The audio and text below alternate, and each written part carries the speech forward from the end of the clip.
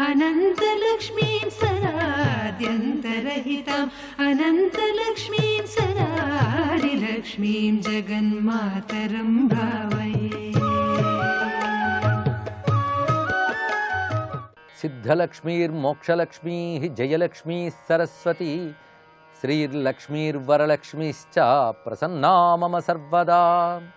शिवाय गुरवे नमः। श्रीमात्रे नमः। श्री विष्णुरूपाय नमः शिवाय। श्री लक्ष्मीनारायणाभ्यां नमः। पक्षति पंक्तिपावना 419వ నామం శ్రీ పంక్తిపావనాయై నమః. పంక్తిపావన నామానికి అనేక అర్థములు చెప్పుకున్నాం. ఇక్కడ సత్పురుషుల రూపముతో ఉన్నది ఒకటి, అన్నదోషములు పోగొట్టే మంత్రరూపిణి, వేదరూపిణి, ముఖ్యంగా త్రిసుపర్ణములు అనబడే మంత్రరూపిణి అనే అర్థాన్ని చెప్పుకున్నాం. అసలు వేదములే పంక్తిపావనములు అనే భావంతో కూడా గ్రహించి, పంక్తి అని ఒక ఛందస్సు వేదములు ఎందుకు కనబడుతున్నది, అలాంటి ఛందోరూపముతో ఉంటూ పవిత్రము చేయనది అనక పంక్తిపావన. అలాగే అక్షరముల వరుస, మంత్రముల వరుస పంక్తి అని చెప్పుకున్నాం. అలాగే దీప పంక్తిని కూడా అమ్మవారి రూపంతో చెప్తారు. ఇది దీపావళి మహాలక్ష్మి అని అంటాం. దీపావళి మహాలక్ష్మి ఆరాధన చేస్తారు. ఎందుకంటే దీపముల వరుస పెడితే అదే లక్ష్మీదేవి. వరుసగా దీపాలు ఉంటేనే, వాటిని చూస్తేనే మనస్సుకో లక్ష్మీ కళ మనకి తడుతూ ఉంటుంది. ఈ విధంగా పంక్తిపావన అంటే దీప పంక్తి రూపముతో పవిత్రము చేసే జ్యోతిస్వరూపిణి అనే అర్థాన్ని కూడా చెప్పుకోవచ్చు. ఇలా వివిధ అర్థములు ఈ దివ్యనామంలో భావన చేస్తూ, తర్వాత నామంలో 420వ నామం సర్వసిద్ధాంత మార్గస్థ. ఇది గొప్ప నామం. ఇది పైగా కోకిలాకుల చక్రేశ పక్షతి పంక్తిపావన తర్వాత ఈ నామం వచ్చింది. ఇది మనం గమనించినట్లయితే అనేక సిద్ధాంత మార్గములు ఉన్నాయి లోకంలో. ఆ సిద్ధాంత మార్గములలో ఉన్న తల్లి గనక సర్వసిద్ధాంత మార్గస్థ. ఇది నమస్కారంలో ఈ 420వ నామం శ్రీ సర్వసిద్ధాంత మార్గస్థాయై నమః అని చెప్పబడుతున్నది. అన్ని సిద్ధాంత మార్గముల్లో ఉన్నది అని చెప్పబడుతున్నది. ఇక్కడ సిద్ధాంతము అంటే ఒక విషయము ద్వారా తెలియబడే జ్ఞానము అని అర్థం. ఒక విషయం బోలెడంతా చర్చ చేస్తాం, ఇంతకీ ఆ విషయం మనకి ఏం చెప్తోంది అనేది తీర్మానిస్తే దాని పేరు సిద్ధాంతము అని పేరు. ఆ సిద్ధాంతం ద్వారా నడుచుకుంటే అది సిద్ధాంత మార్గము. కనుక శాస్త్రములు కొన్ని విషయాలను చెప్తాయి, వాటి సారరూపంగా ఒక సిద్ధాంతాన్ని మనం తెలుసుకుంటాం, దాన్ని పాటిస్తాం. ఈ పాటించడాన్నే మార్గము అంటాం. ఇలా వేదములు అనేక రకాల సిద్ధాంతాలు చెప్పాయి. ఎన్నో సిద్ధాంతాలు వేదములు ప్రస్తావన చేస్తున్నాయి. ఇన్ని సిద్ధాంత మార్గాల్లోనూ అమ్మవారి ఉన్నారు, ఇది తెలుసుకోవాలి. ఎందుకంటే ఈ సిద్ధాంతములే పక్షములు, రెక్కలు. అన్ని రెక్కలు ఉంటేనే ఆ పక్షికి ఆ బలం. ఆ రెక్కల్లో అనేక ఈకలు కూడా ఉండాలి. అదేవిధంగా సర్వసిద్ధాంత మార్గములు అనగా వేదమే. ఇది కూడా ఆ వేద మార్గములు యందు ఉన్న తల్లి గనక సర్వసిద్ధాంత మార్గస్థ. తోచింది చెప్తే సిద్ధాంతం కాదు, శాస్త్రం చెప్పిందే సిద్ధాంతం అవుతుంది. అందుకే వేదాది శాస్త్రముల యందు ప్రతిపాదింపబడినటువంటి జ్ఞానము సిద్ధాంతము. అలాంటి జ్ఞానము వారి వారి యోగ్యతలను అనుసరించి వివిధ పద్ధతులతో చెప్తుంటుంది. ఇది అర్థం చేసుకోగలిగితే పరస్పర ద్వేషాలు పోతాయండి. వేదంలో రకరకాల సిద్ధాంతాలు ఉన్నాయి. ఎందుకంటే మన హిందూ ధర్మంలో మాట్లాడితేనే కొందరు విగ్రహారాధన సిద్ధాంతం ఉంది, కొందరు విగ్రహారాధన కాదు, మనస్సులో ధ్యానిస్తే చాలనే సిద్ధాంతం కొందరిది. కొందరిది ఈ ధ్యానము ఈ ఆరాధన కూడా కాకుండా ప్రాణాయామాది విద్యలు చేస్తే చాలు అని యోగ మార్గంలో కొందరు సాధన చేస్తూ ఉంటారు. కొంతమంది ఇవన్నీ పక్కన పెట్టి జ్యోతిష్ శాస్త్రాన్ని బాగా పరిశీలించి దాని ప్రకారం బాగుపడడానికి పరిష్కారాలు ఆలోచిస్తూ ఉంటారు. ఇదొక మార్గం. జ్యోతిషం ఒక సిద్ధాంతం, యోగం మరొక సిద్ధాంతం, ఉపాసన ఇంకొక సిద్ధాంతం, జ్ఞాన విచారణ మరొక సిద్ధాంతం. ఇదేది కాదయ్యా, మన సత్కర్మలు చేస్తుంటే తరించిపోతామని ధర్మ మార్గాన్ని చెప్తారు కొందరు, అదొక సిద్ధాంతం. కొందరు అంటూ ఉంటారు, ఇన్ని సిద్ధాంతాలు వింటూ ఉంటే చాలా కన్ఫ్యూజ్ అయిపోతుందండి, ఏదో ఒకటి చెప్పండి అని. ఏదో ఒకటిని ఎప్పుడు అనుకోకూడదు. అన్నీ ఒకటే తప్ప ఏదో ఒకటి ఉండదు సృష్టిలో. ఏదో ఒకటైతే మహా కష్టం. శరీరంలో ఎన్నో అవయవాలు ఉంటాయి, ఇన్ని అవయవాలు మోయలేకపోతున్నాను, ఏదో ఒకటి ఉంటే చాలు అనుకోకూడదండి. అలాగే శాస్త్రంలో కూడా సర్వ సిద్ధాంతాలు ఉంటాయి. పైగా పుర్రుకో బుద్ధి అని ఒక గొప్ప మాట ఉన్నది. పుర్రుకో బుద్ధి, బుద్ధికో సిద్ధాంతం, సిద్ధాంతానికి కొన్ని రాద్ధాంతాలు. ఇవి లోకంలో మనం చూస్తూ ఉంటాం. అయితే ఒక్కొక్కడు జీవలక్షణం బట్టి ఒక్కొక్క దాని మీద ఆసక్తి కలుగుతూ ఉంటుంది. కొందరికి భగవంతుడిని కీర్తిస్తే ఆనందం, కొందరికి భగవన్ మంత్రం జపిస్తే ఆనందం, కొందరికి ధ్యానం చేస్తే ఆనందం. ఈ మూడిట్లో ఏది గొప్పది అంటే ఎవరికి ఏది ఆనందమో అదే గొప్పది. ఇది తెలుసుకోవాల్సింది. అయితే ఈ మార్గములన్నీ శాస్త్రం చెప్పిందా లేదా అనేది మాత్రం చూసుకోవాలి. అందుకు శాస్త్రం చెప్పిన మార్గములే. ఉపాసనా శాస్త్రమే చెప్పింది, ఉపనిషత్తు శాస్త్రమే చెప్పింది.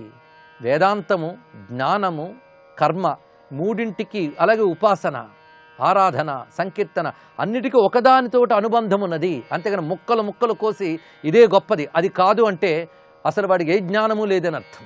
ఇది తెలుసుకోవాల్సినది. సర్వసిద్ధాంత మార్గములు, వేదము చెప్పిన ప్రతి మార్గము గొప్పది. మార్గము అంటేనే నడవవలసినది అని అర్థం. వెతుకవలసినది, నడవవలసినది. పరతత్వాన్ని, సత్యాన్ని వెతకడానికి ఏ పద్ధతి అవలంబిస్తామో ఆ పద్ధతి పేరు సిద్ధాంత మార్గము. అది శాస్త్రము చెప్పినదైనది గనక సిద్ధాంత మార్గము. అలాగే వేదము చెప్పిన సర్వసిద్ధాంత మార్గంలోనూ అమ్మవారే ఉన్నారు. ఎందుకంటే ఏ సిద్ధాంతంలో వెళ్ళినా మనం దానివల్ల ఫలాన్ని కోరుకుంటాం. ఆ ఫలమే జగదంబ. కొందరికి ఐశ్వర్యం ఫలం, కొందరికి మోక్షం ఫలం, కొందరికి కార్యసిద్ధి ఫలం, కొందరికి బలం ఫలం. ఎవరికి ఏది కావాలన్నప్పటికీ కూడా ఆ ఫలరూపిణ ఆ జగదంబయే. ఐశ్వర్యము, మోక్షము, బలము, సిద్ధి అన్నీ లక్ష్మీదేవియే కదా. కనుక ప్రతి సిద్ధాంత మార్గంలోనూ ఆ ఫలరూపంగా అమ్మవారు ఉంటున్నారు. అంతేకాదు ఆ మార్గములో నడవవలసిన పద్ధతి కూడా అమ్మవారే. ఇది గమనించినట్లయితే వేదము చెప్పిన సర్వసిద్ధాంతాలకి నమస్కరించాలే తప్ప ఒక సిద్ధాంతం పట్టు కూర్చుని ఇంకో సిద్ధాంతంని అవమానించితే అది రాద్ధాంతం అవుతుంది, భగవద్ద్రోహం అవుతుంది. ఇది తెలుసుకోవాలి. ముఖ్యంగా ఈ రోజుల్లో కూడా ధర్మ మార్గాన్ని నిరసిస్తూ వేదాంతమే గొప్పదనేటటువంటి వాళ్ళు ఉన్నారు. వేదాంతాన్ని, ధర్మాన్ని కాదని భక్తే గొప్పదనే వాళ్ళు ఉన్నారు. కానీ మూడింటిని సమన్వయించే వాళ్ళే వేదమాత అయినా అమ్మవారి అనుగ్రహానికి నోచుకున్న వాళ్ళు అవుతారు, భగవంతుడి కృపకు నోచుకున్న వాళ్ళు అవుతారు. అది తెలుసుకోవలసినది. ఆ సమన్వయ సూత్రం ఎప్పుడు కోల్పోరాదు. అది ఈ నామం మనకు చూపిస్తున్నది. సర్వసిద్ధాంత మార్గస్థ. అందుకు శ్రీ సర్వసిద్ధాంత మార్గస్థాయై నమో నమః. అదేవిధంగా మనకి బాగా కొట్టుకోవడానికి పనికొచ్చే 3 సిద్ధాంతాలు లోకంలో కనబడుతున్నాయి. ఒకటి ద్వైత, రెండవది విశిష్టాద్వైత, మూడవది అద్వైత. ఈ మూడింటిని 3 మతాలుగా అనుకుని చాలామంది యుద్ధాలు చేసుకుంటూ ఉంటారు. కానీ ఈ 3 మజిలీలు, 3 మార్గాలు అని రామకృష్ణ పరమహంస చెప్పారు. అనుభవంతో ఉన్నవాళ్ళు ఈ సమన్వయాన్ని అంగీకరిస్తారు. అనుభవానికి వెళ్లకుండా కేవలం వాదించుకుని కూర్చునే కలహశీలు ఉన్నారే, వాళ్ళు మాత్రం ఈ సమన్వయాన్ని అంగీకరించరు. స్వామి వివేకానంద చెప్తాడు, ఈ 3 కూడా ఆధ్యాత్మిక ప్రస్థానంలో మజిలీలు అని చెప్పారు ఇక్కడ. అందుకే ద్వైతంతో ప్రారంభమై విశిష్టాద్వైతంగా కొనసాగి అద్వైతంగా పండిపోవాలి. ఈ మూడింటికి సమన్వయం ఉన్నది. కనుక ఈ 3 సిద్ధాంతములు కూడా మనల్ని పురోగమింపజేసే సిద్ధాంతాలు కనుక మూడింటికి నమస్కారం చేసుకోవాలి. అందుకే సర్వవేదాంత మార్గమే సర్వసిద్ధాంత మార్గము. అటువంటి సర్వసిద్ధాంత మార్గస్థకు నమస్కారం చేసుకొని తర్వాతి నామం షడ్వర్ణ. ఇది నమస్కారంలో శ్రీ షడ్వర్ణాయై నమః అని చెప్పబడుతున్నది. వర్ణము అనే దానికి అనేక అర్థములు చెప్పుకున్నాం. ఇవి రంగులు, మంత్రములు ఇలా చెప్పబడుతుంటాయి. షడ్వర్ణము అన్నప్పుడు 6 అక్షరముల మంత్రరూపిణి అని అర్థం. అంటే షడక్షరీ మంత్రరూపిణి అని అర్థం. ప్రణవంతో కూడిన పంచాక్షరిని షడక్షరీ విద్య అని అంటారు. అంతేకాదు ముఖ్యంగా షట్కోణ మధ్యంలో ఉండేటటువంటి నాదశక్తి ఏదైతే ఉందో అదే షడ్వర్ణ. షట్కోణ మధ్యము అన్నప్పుడు సహస్రారానికి షట్కోణ చక్రము అని పేరున్నది. అదేవిధంగా ఆజ్ఞాచక్రం దగ్గర ఉన్నటువంటి స్వరూపం షట్కోణ స్వరూపము. ఆ షట్కోణ రూపముగా చెప్పబడుతూ ఉన్నటువంటి పరబ్రహ్మ శక్తి ఏదుందో అది షడ్వర్ణ అని చెప్పబడుతున్నది. ఇంకొక అర్థంలో షడ్వర్ణ అన్నప్పుడు ఇక్కడ పంచమ స్వరాన్ని కోకిల అని చెప్పారు, షడ్జమ స్వరాన్ని షడ్వర్ణానామంతో చెప్తున్నారు. ఈ షడ్జము అనేటువంటిది మయూరం యొక్క ధ్వని అని చెప్పారు. అందుకే 6 ముఖాల సుబ్రహ్మణ్యుడు మయూరం మీద కూర్చుంటాడు అనడంలో ఆంతర్యాన్ని పరిశీలించాలి. ఇది మామూలు నెమలి కాదు, ఆ షడ్జధ్వని. ఆయన 6 మోములు వాడు. ఒక స్వరము యొక్క స్వరూపం ఇందులో మనకు కనబడుతున్నది. ఈ సమన్వయం కూడా తెలుసుకోవచ్చు. కౌమారీ రూపముతో ఉన్న అమ్మవారే షడ్వర్ణ, సుబ్రహ్మణ్య రూపిణి అనే అర్థాన్ని కూడా ఇక్కడ గ్రహించవచ్చు. అంతేకాదు వేదపరంగా చెప్తున్నాం గనక షడ్వర్ణ అంటే 6 అంగములతో ఉన్నది అని అర్థం. వేద విద్యకి 6 అంగములు ఉన్నాయి, అంటే అవయవాలు అని అర్థం. ఈ 6 అంగముల జ్ఞానం ఉంటే గాని వేదం అర్థం కాదట. 6 అంగములు శిక్ష, వ్యాకరణ, జ్యోతిష, నిరుక్త, కల్ప అని చెప్పబడుతూ ఛంద ఇది 6వది. శిక్ష, వ్యాకరణ, ఛంద, నిరుక్త, జ్యోతిష, కల్పముల వడే 6 అంగములతో ఉన్న వేద విద్య షడ్వర్ణ, షడంగ విద్యా స్వరూపిణి అని అర్థాన్ని చెప్పుకోవాలి. ఎందుకంటే ఇవన్నీ శాస్త్రనామములు. వరవర్జిత తర్వాత నామం. అయితే అవరవర్జిత అని కూడా దీనికి సమన్వయం చేయవచ్చు. సంధిలో 422వ నామం అవరవర్జిత. ఇది నమస్కారంలో శ్రీ అవరవర్జితాయై నమః. అవర అంటే గొప్పవారు కానివారు అని అర్థం. అవరవర్జిత అంటే తక్కువతనము లేని తల్లి అని అర్థం. అవర అంటే దుష్టులు, గొప్పవారు కారంటే వారే అర్థం. సత్లక్షణము లేనటువంటి వాళ్ళు అసాధువులు, వాళ్ళే అవర అనే శబ్దం ద్వారా చెప్పబడుతున్నది. సత్పురుషుల్ని తెలియజేస్తుంది వరశబ్దము, దుష్టత్వాన్ని తెలియజేస్తుంది అవర శబ్దము. అందుకే అవరవర్జిత అంటే దోషవర్జిత, దుష్టులకు దూరముగా ఉండే తల్లి అని అర్థం. అంటే అర్థం ఏంటి? అమ్మవారి దగ్గర దుష్టత్వం లేదు, దుష్టత్వం ఉన్నవారు అమ్మవారిని తెలుసుకోలేరు. ఇది తెలుసుకోవాలి. మనలో ఏ దుర్లక్షణం ఉన్నప్పటికీ కూడా భగవత్తత్వం చెప్పినా అర్థం కాదు. మనలో సల్లక్షణాలు ఉంటేనే భగవత్తత్వం అర్థమవుతుంది. ఒక అద్దం మీద బురద బాగా పూస్తే సూర్యుడి ముందు పెట్టినా ప్రతిఫలించదండి. అది అద్దం దోషమా? బురద దోషం.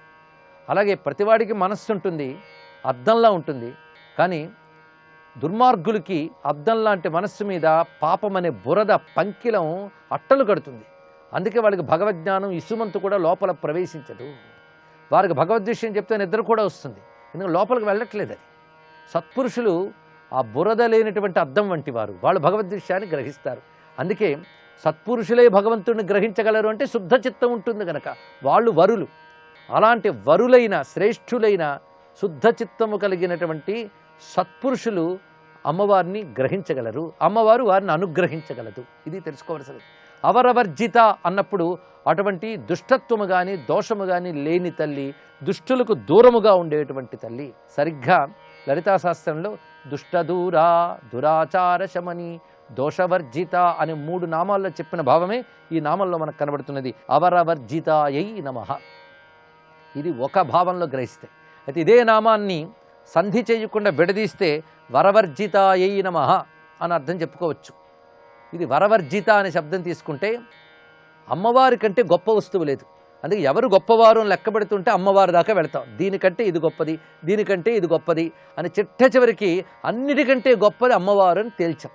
ఎందుకంటే అన్ని గొప్పతనాలకి మూలం ఆ తల్లి గనక, ఆ తల్లిని మించిన వరశబ్దం అంటే గొప్ప శబ్దం మరొకటి లేదు కనుక వరవర్జిత అంటే అమ్మని మించిన గొప్ప వస్తువు లేదు అనగా మరి యొక్క గొప్పతనము లేనిది. అంటే అమ్మని మించినటువంటి గొప్పతనం కానీ అమ్మతో సమానమైన గొప్పతనం కానీ లేదు గనక వరవర్జిత, తనకు తానే సాటి. ఈ అర్థం కూడా గ్రహించవచ్చు. అప్పుడు శ్రీ వరవర్జితాయై నమః అని నామాన్ని అర్చనకు వినియోగించవచ్చు. సర్వం శ్రీ లక్ష్మీ చరణారవిందార్పణమస్తు.